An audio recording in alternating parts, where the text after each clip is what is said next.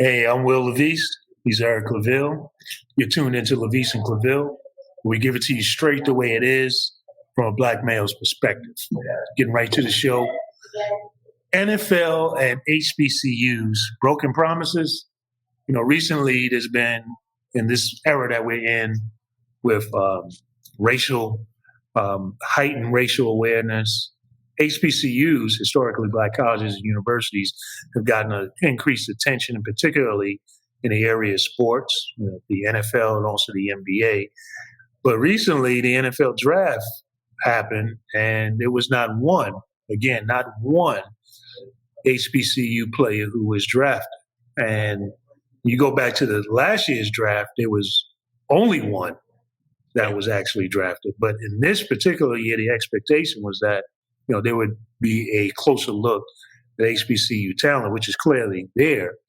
And so there's been some surprise as to why there was not even one player drafted. So Deion Sanders, who along the way, obviously Hall of Fame player, went to Florida State University, which is nearby to Florida A&M. So he's very familiar with HBCUs, and he's now the head coach at Jackson State, which brought a lot of fanfare, a lot of attention of this potential movement of a lot more NFL players. He's not the first to go and coach at HBCU, nor the first to be at the level and recognize the talent. But in this current climate, it certainly has raised the attention that black college football is quality football. But how is it that that's the case? Yeah. You get not one player being drafted. Will, to Deion Sanders' credit, he's brought a lot of positive notoriety to HBCUs and their football teams and programs recently. Now, before that time period, some of the greatest players came from HBCUs. Absolutely. You had some big-time sports leagues and teams that were exclusively drafters from certain HBCUs, such as Southern University and Grambling State University with Eddie Robinson. We had Coach Mumford at Southern. We had John McClendon at North Carolina Central. You had all these great coaches, yesteryear that produced the Mel Blunts, that produced the Jerry Rices. The list goes on and on.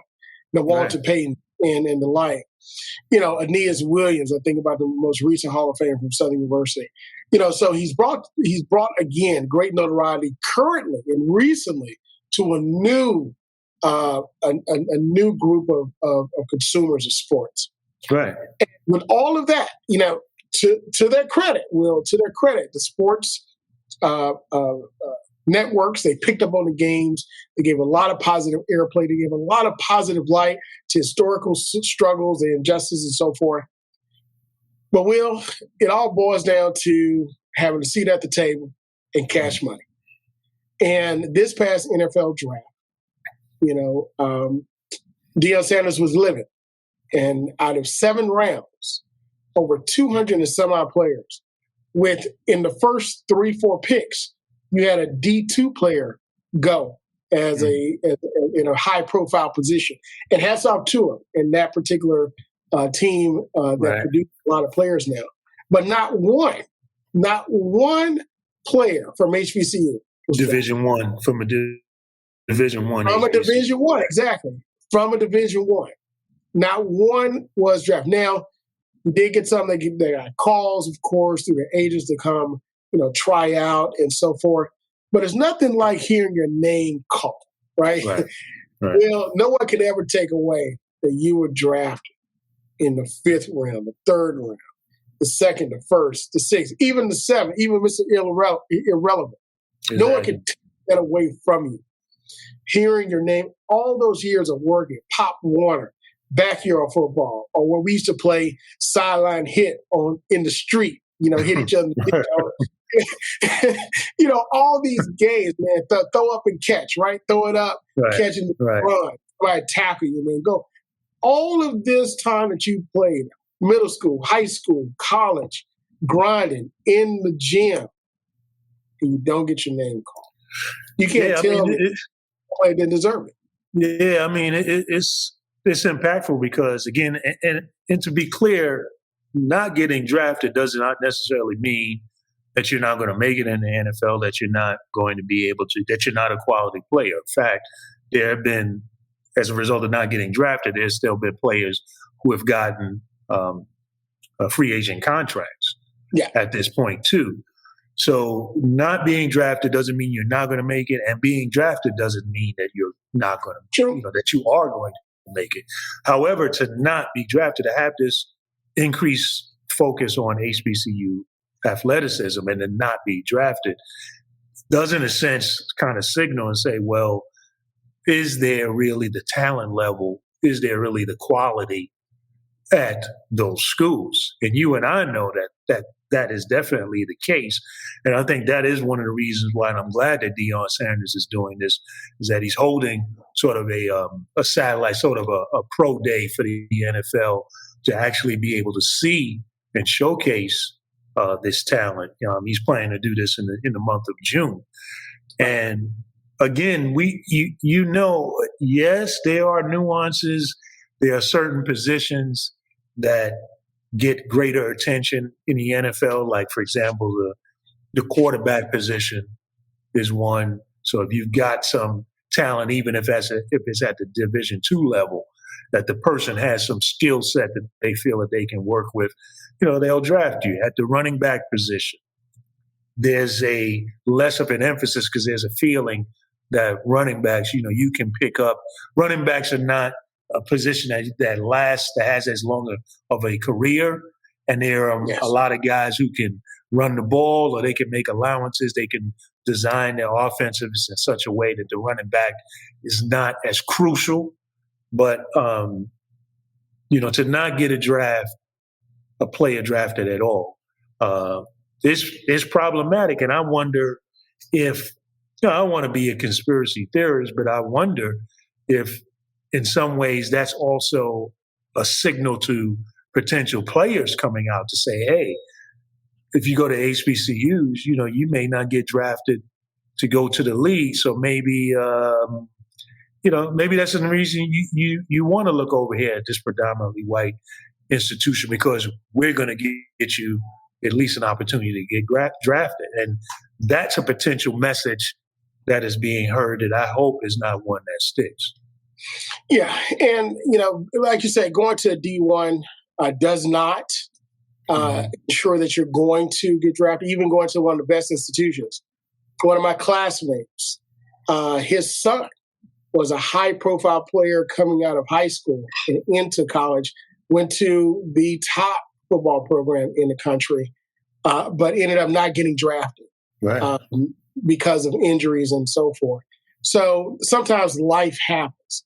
But he was in a great position, and he did get a free agent call, right, in order to, showcase his skills in the league. But I want to move back to, what Deion Sanders is doing. So in light of this past draft of not one African-American player, and I say African-American, but one player from HBCU being drafted, he is holding a one-day camp for coaches to ensure that this will not happen again. Now, the question becomes what this will entail. Will there be scouts there? Will there be individuals from the NFL, corporate office there? What would this entail? What would happen? But the fact that that's to be determined. But the fact that he's doing it, the fact that this is something that he is moving in a direction to bring light to, I think, again, is another positive. So we know that there's been a trend.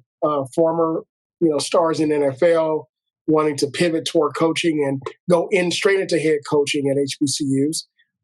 So that's become a minor trend, of course, with Tennessee State, Eddie George, of course, at Southern University, my alma mater, Marshall Faulks, put his hat in the running. Some interest. Yeah. He expressed interest, and they ended up hiring, after Coach Odom left and came here to Norfolk State University, we ended up hiring the assistant under Odom that was there. So, we see this trend happening. This is a good trend, many see, because of the notoriety, again, that's coming. Sometimes, notoriety is good, even though it may not be the best talent or the best person at that time. But Notoriety is good because it brings a lot of attention to your program. So with this being the case, the question becomes, how can we now leverage this attention? How can we leverage what is happening to our institutions in order to, again, have a seat at the table? Make sure that our players are drafted, our players are in the league, that our kids are not, quote unquote, coming here, giving it their all and not having an opportunity to succeed. I'll give you another quick example. A young man who, his father and I are very good friends and grew up the church that we attended when we were in college and got our start there, raised our family there. Our son got baptized there. My wife and I taught his son Sunday school and so forth. We watched that young man grow. He became the all-time leading rusher in the SWAC. He became beat out Walter Payton in his numbers. This is a little young man we saw come up. When they played Georgia, it took several individuals, defenders, to bring him down. He scored the only touchdown on a running play on the University of Georgia Bulldog defense. This is how good this young man was. But the opportunities for scouts to see him, the all-time leading rusher in the history of a sports conference, did not get the looks that other running backs were getting at these D1 schools. Now, he did end up playing with the Tennessee Titans, Green Bay Packers, end up getting hurt. But Lenard Tillery III, that's that young man. He's got a documentary out now that you can see. Yeah. That was well produced, that talked about his journey, from a walk-on under Coach Odom, who's here now in Norfolk State, and battling every season. But, again, putting in the work. And I remember us giving him one of our weight benches when we were getting ready to move, Will. But again, that just highlights the quality of players, solid family, solid background, solid all the way out, but not getting an opportunity. So how do we change that narrative, Will? Well, I think that one of the things we have to leverage is the unique and quality experience that students get when attending an HBCU. So one of the drawing points is you can come to these schools and you're going to have a full, well-rounded college experience, as opposed to going to many of the big-time major D1 schools where so much of why you're there is strictly about playing sports. Now, yes, a lot of students also in that context are able to get their degrees. They're able to have experiences and relationships on campus. But if you talk to any of the D1 players, like I remember, I went to grad school at University of Arizona Wildcats, bear down, right? Okay. And spent a lot of time with the ball players on the football team, basketball team. And they would often tell me about the level of practices that they were having to go to, the tutors that they needed to actually have them enable them to be able to stay eligible and get through school. They often ask me about the HBCU experience that I had and craved that, and say, man, they really wish that they could have had that kind of experience. Wow. So it's not to say that if you go to an HBCU, you're not going to be practicing at the same level. Again, the quality, as you just eloquently stated, of being able to play is there. The ability to maximize your talent on the gridiron is going to be there. But one of the things that we can leverage is this unique cultural experience, as along with the quality education that you're going to get.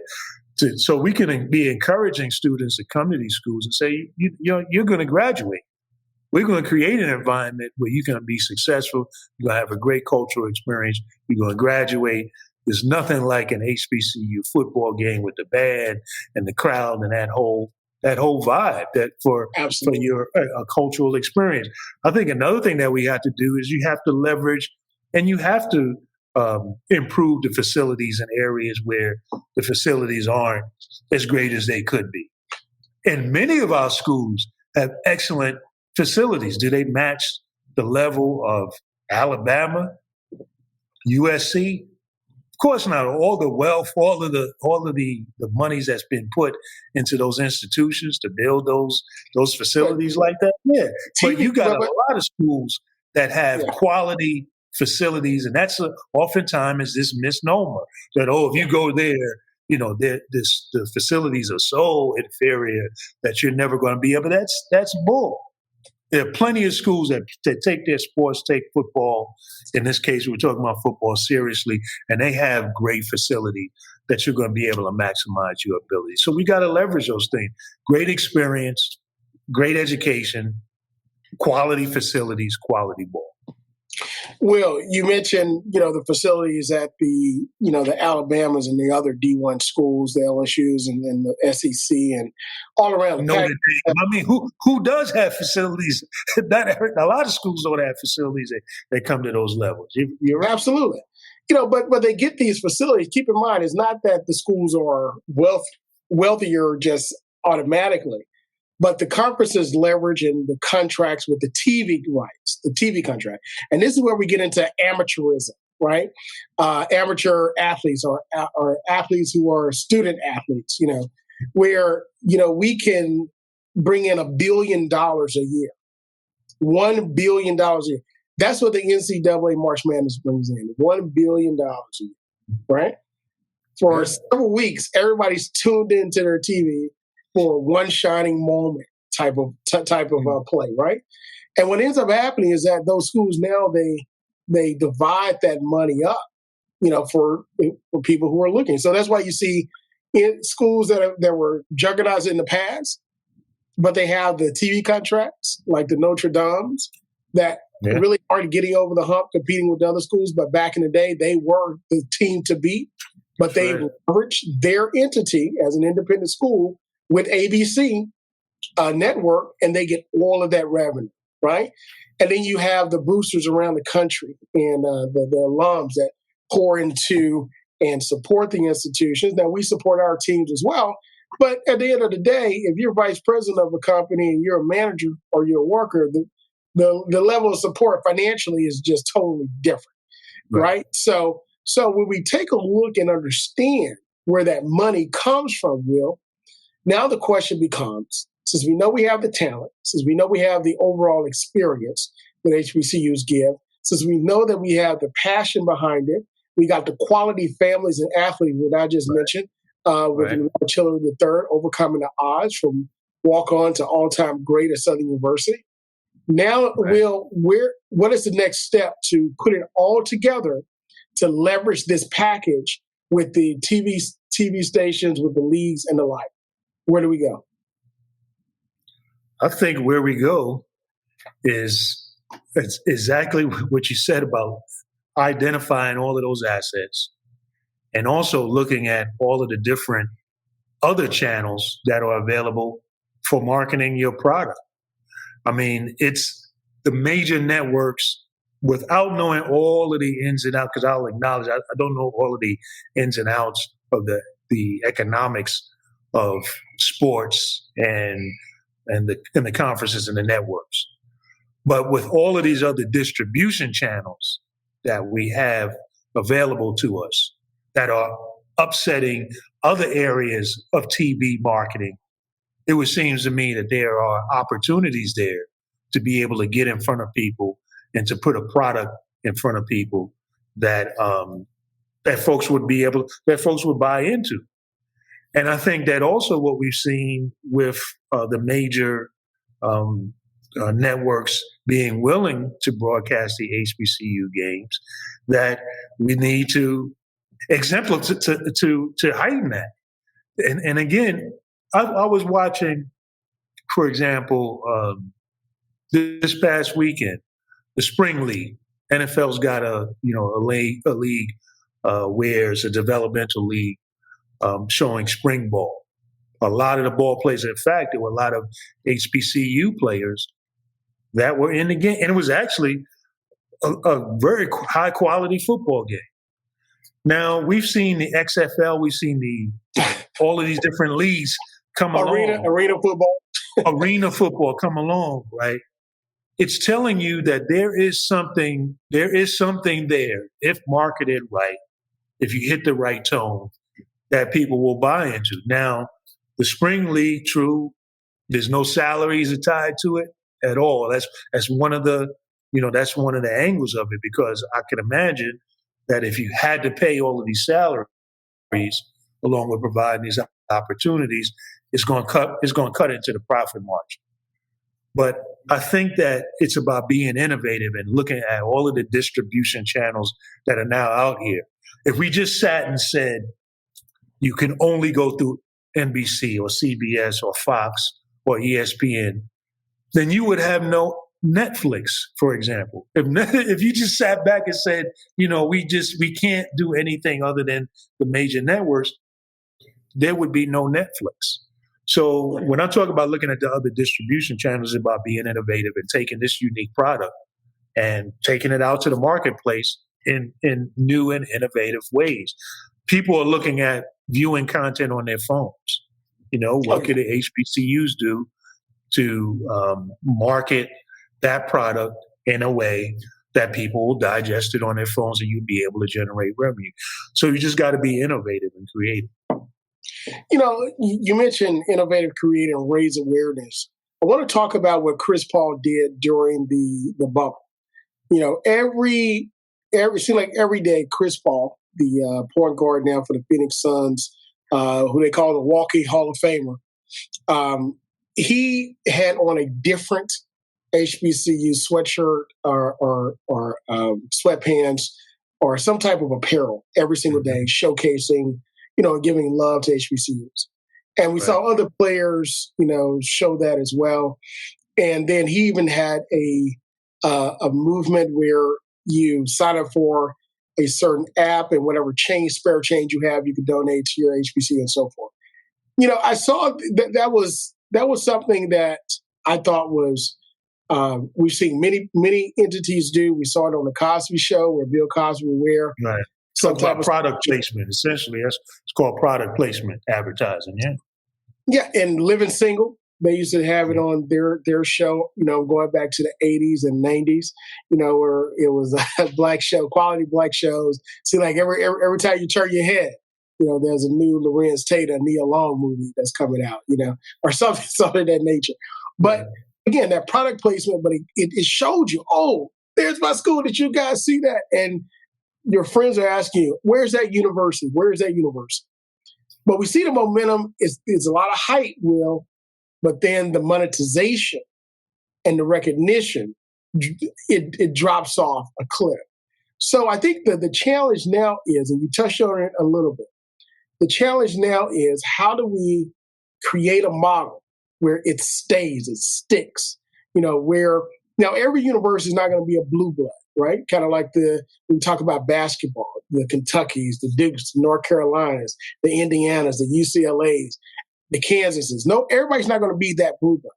You may have some that are startups that are staples for a while, like the VCUs, the Butlers, and the like. And then you have everyone else kind of in the middle that compete at a very high level and can win it in any given year, right? But how do we create that model, that marketing model, to ensure that we always are in the conversation, we're always in the forefront, and we're always there to get a piece of the pie? Because, again, we talked about billions of dollars, right? Billions of dollars from student athletes. The amortization of college sports is really what it's become. And to ensure that they're able to represent the university, but the university gets its due. Well, I think, again, part of it is in the spirit of being innovative and thinking outside of the box.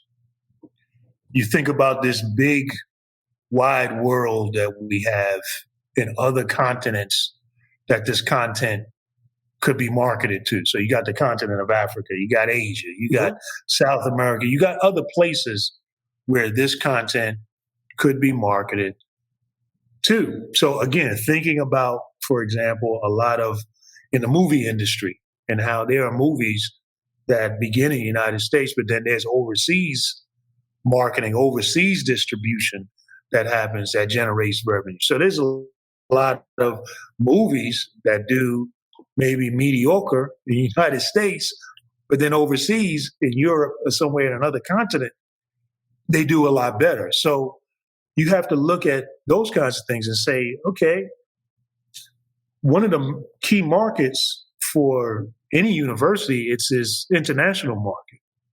A lot of drawing international students are coming to a university. So can we market HBCU football? Can we market HBCU basketball to some of these other markets? And in there, package and sell and talk about the schools and the quality of schools. I mean, there's distance learning that's going on that doesn't necessarily require someone to come and get on a plane or get on a boat and come physically to your school.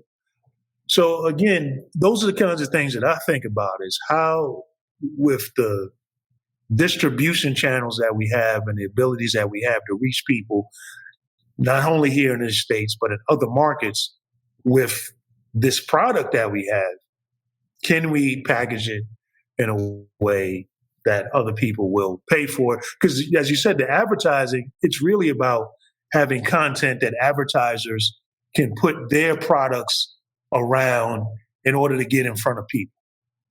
So if folks are enjoying watching HBCU football or basketball over in Africa, then all the advertisers looking at is, do you have eyeballs that I can run ads on that product? On that product, So that's what I look at. I say, man, we got other economies that could be reached. You got other. Again, this is like why a lot of jazz artists have gone over to Europe and gone over to other areas. You think of a lot of musicians that maybe they didn't break through, or maybe their careers hit a lull in the United States. They went overseas and did quite well and developed great following. So I think that kind of thinking is what could be applied here too. Well, I think you're exactly right. And you talk about going overseas. Let's look at sports. Again, going back in your neck of the woods, NYC, New York, you got Stephon Marbury that left. That's right. And he's an icon in China. Who would have thought somebody from Coney Island? Who would have thought Coney Island, Brooklyn, Coney Island? He's a athletic, a basketball icon in China. Yeah. I mean, so you're talking a country that has close to 30% of the world population. Mm-hmm. You're talking about a country that's creating more millionaires every day than any country in the world. Right. We're talking about a country who is definitely the number 2 economy in the world and really rising to compete with the United States in the very near future. And Stephon Marbury got ahead of the curve, went to China, and like you said, now his name is probably bigger than Kobe Bryant. The late great Kobe Bryant, who's over there. I mean, who passed away, and he's probably a little bit lower than Yao Ming, of course. He's probably bigger than Jordan in terms of basketball and China and being an icon. He's got the statue out there. Yeah. So that's an opening. Again, there's an appreciation for Black culture that happens in other continents that's different than here. So why not market that and do it in that way? Will, I love the way you're thinking, and I want to also draw the point where during the summers, there was, some of the Golden State Warriors and LeBron hold camps. They were holding camps overseas in China and Asia and so forth, capitalizing on that. And I remember back in the day, Grambling State University band, Eddie Robinson, football coach in the band, I think they were invited to Japan on a couple of occasions to go play. So, is that marketing, like you said, of our culture, creating that market for it, and then understanding, where we fit in the big picture. And then all of a sudden, when our stock is here, make sure we own it first. Exactly. But when our stock is here, use it to have a seat at the table. Don't sell, or as my wife would say, throw your pearls to the swine, right? Yeah, because, that has been the case. It's not like our culture hasn't been marketed.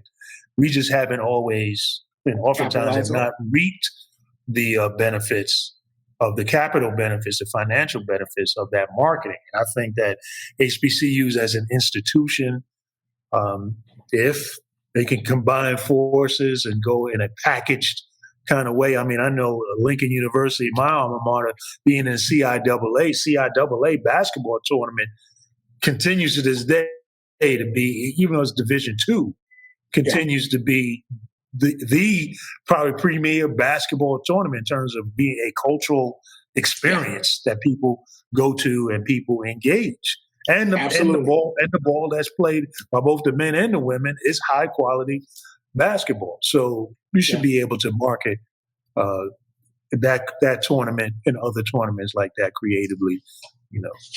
Yeah, and when we talk about the premier football game of HBCUs, it's the Bayou Classic. That's on national TV every year between Southern University, my alma mater, and Grambling State University in the Superdome in New Orleans, Louisiana, where we would sell out the Superdome when the Saints were the Aints.